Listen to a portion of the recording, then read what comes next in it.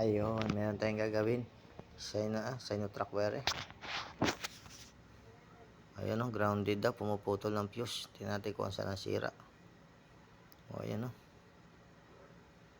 Pagkadalagay daw ng fuse, putol. Tinestingin natin. Ayun, umiilaw nga. Ito, umiilaw. Yung para sa siding.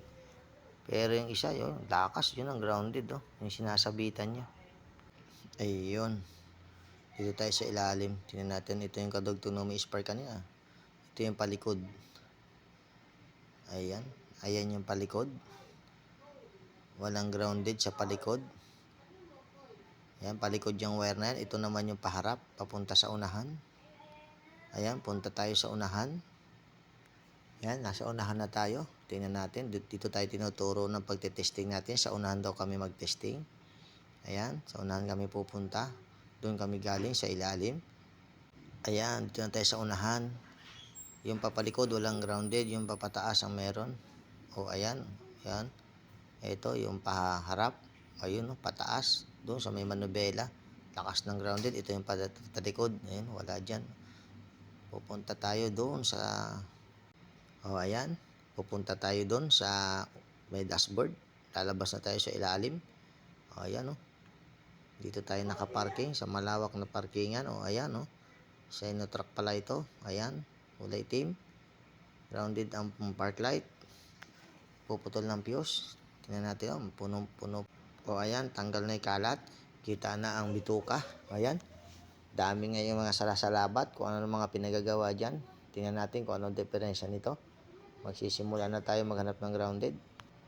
O ayan.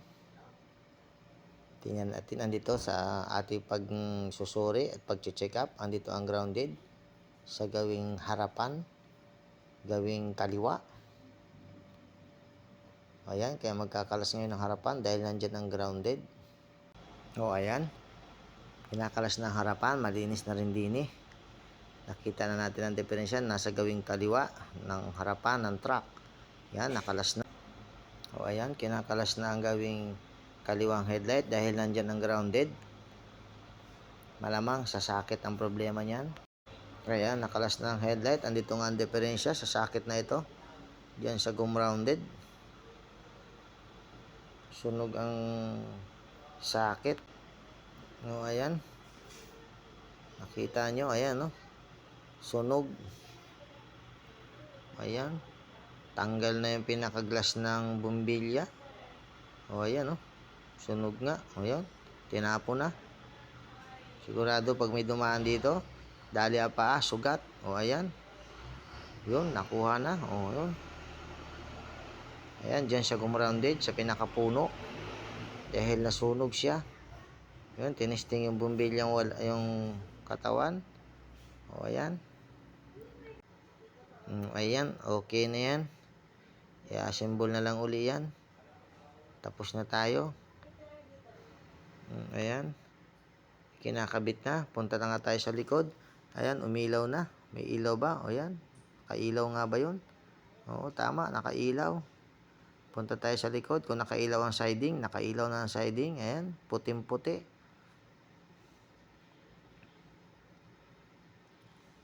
Punta tayo sa kaliwa. Kaliwang likuran. Ayan, naka-far light na. Hindi na napuputol ang fuse. Dito sa kabila, wala. Pundi lang yan. Ayan, wala siya. Napundi